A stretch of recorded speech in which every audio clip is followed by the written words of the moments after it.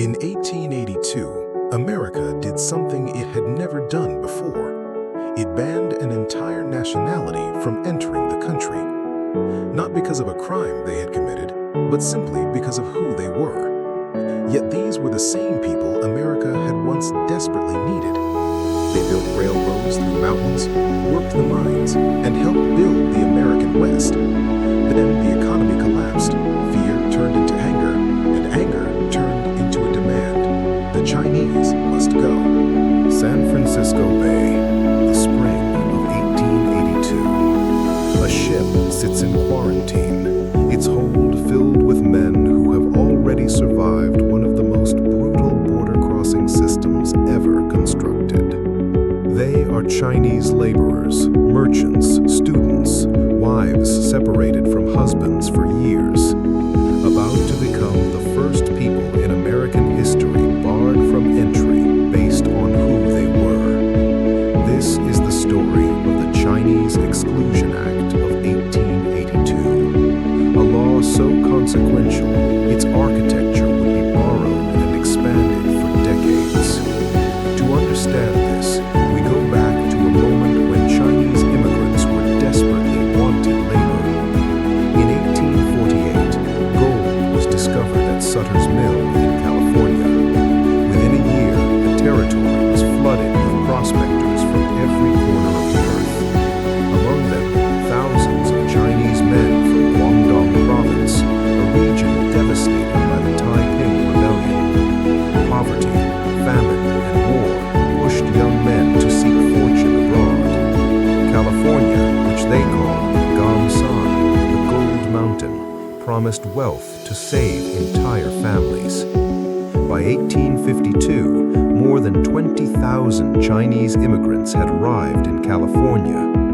Initially, white American businessmen welcomed them. Chinese labor built the very infrastructure that would define the American West. The Central Pacific Railroad struggled to find workers willing to blast tunnels through the Sierra Nevada. By 1867, Chinese workers made up roughly 90% of the workforce building the Western Line. These men worked in conditions so dangerous that entire crews were lost to avalanches, explosions, and falls, hauling equipment up sheer cliffs in wicker baskets. Historians estimate between 15 and 1,200 Chinese workers died during construction. Company records rarely documented Chinese casualties with the same care given to white workers. When the Golden Spike was driven at Promontory Summit, Utah, in May 1869, connecting the Eastern and Western Railroad works for the first time, the celebratory photograph taken that day shows white railroad executives and workers. Not a single Chinese laborer appears in the frame, despite building the most dangerous sections. This erasure was not an accident of photography. It was a preview of what was coming. By the 1870s, the economic climate that once welcomed Chinese labor began to sour.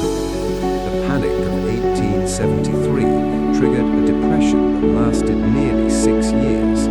Unemployment in cities like San Francisco soared.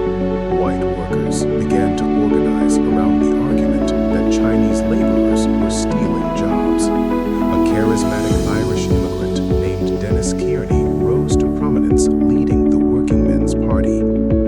His rallying cry, "The Chinese must go," became a slogan chanted at labor rallies. This movement fused economic anxiety with racial ideology. In 1854, the California Supreme Court ruled Chinese immigrants could not testify against white citizens. This left Chinese communities without legal recourse against violence committed against them. In October 1871, a mob in Los Angeles lynched at least 17 Chinese men and boys. This massacre remains largely absent from popular memory of the American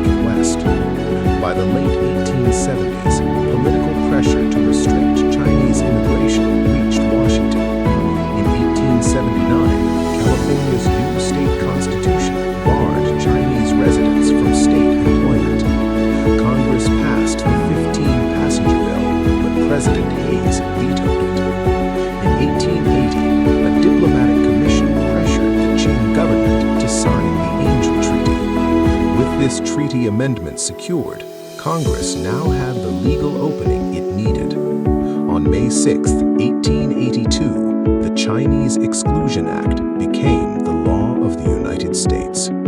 For the first time, an entire nationality was barred from immigrating based on race. The law targeted an entire ethnic group by name, while merchants and students remained technically exempt. Even exempted categories would soon face invasive scrutiny and bureaucratic obstruction.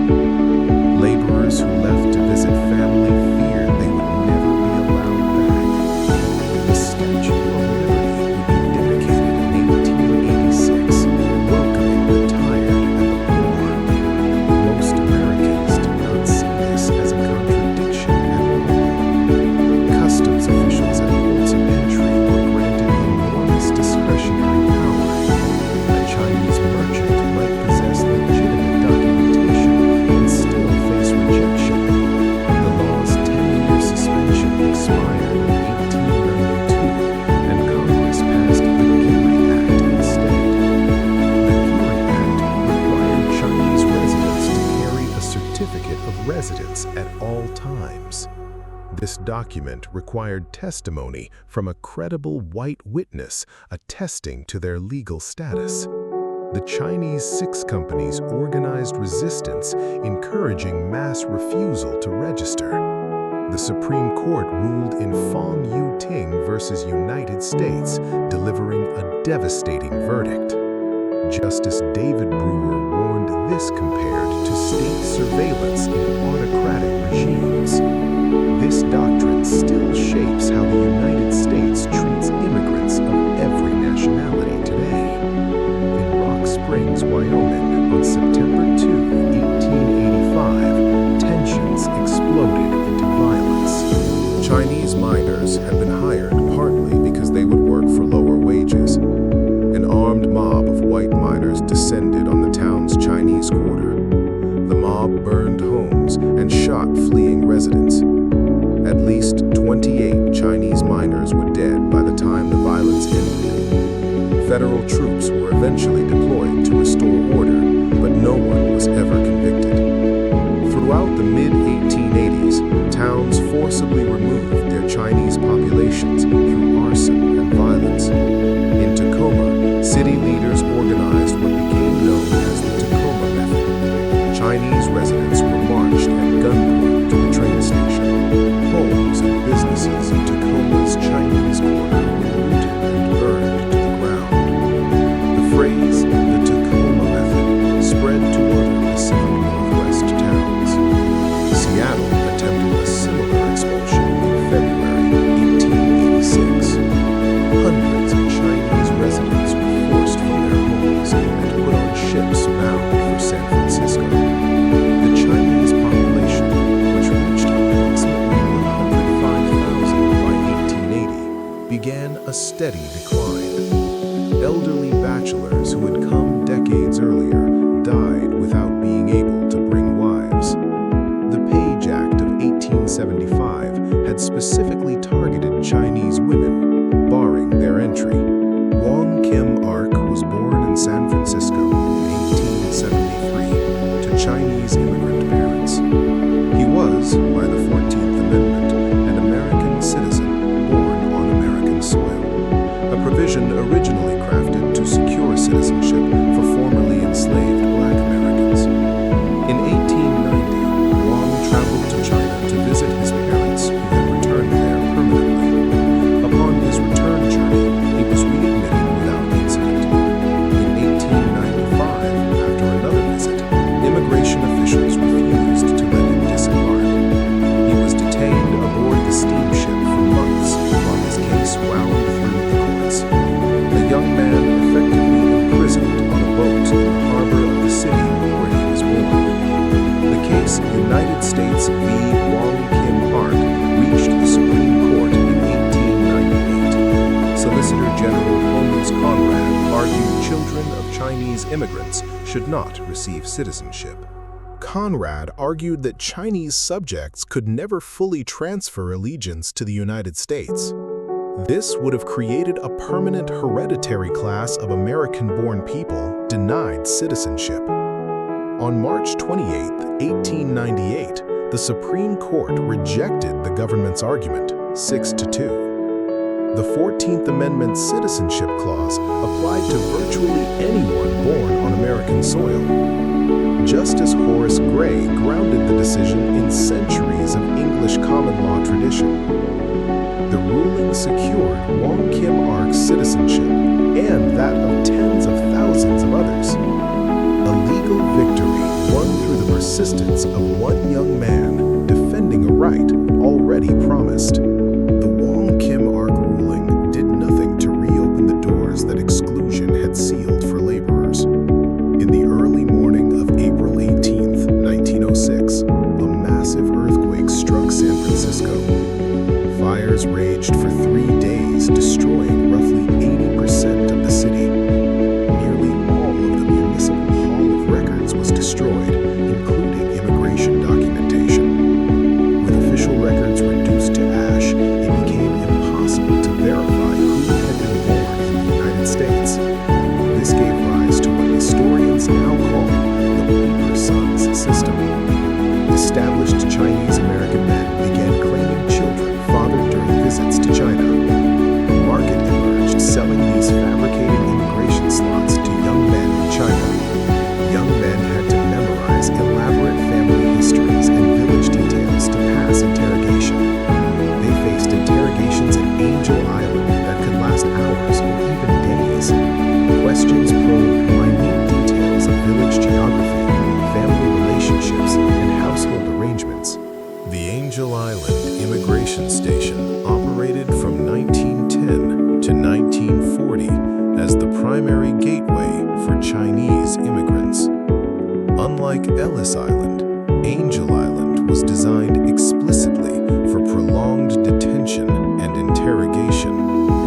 Chinese detainees were separated by sex and housed in crowded barracks behind locked doors. Officials cross-referenced testimony, searching for any inconsistency that might reveal a fabricated identity. Detainees carved poetry into the wooden walls of the barracks. These carvings expressed grief, anger, homesickness, and defiance in classical Chinese verse. The carvings were nearly lost when the station's administration building burned in 1940. Rediscovered in the 1970s by a park ranger who noticed faint characters etched into the wood. Scholars documented and translated these poems, publishing them in a landmark 1980 book. One poem expressed a man wondering why he left home, only to be imprisoned like a criminal. Angel Island's weathered wooden walls became one of the most powerful archives of the exclusion era. For 61 years, the machinery of exclusion ground on through booms, busts, and world wars. When Japan attacked Pearl Harbor on December 7, 1941, the United States entered the Second World War. China emerged as a crucial American ally, already fighting Japanese invasion since 1937. Japanese wartime propaganda broadcast that America was a fundamentally racist power.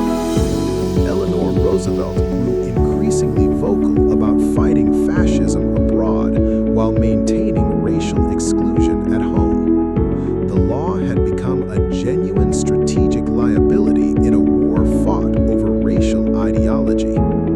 Congressman Warren Magnuson introduced a repeal bill in 1943. President Roosevelt signed the Magnuson Act into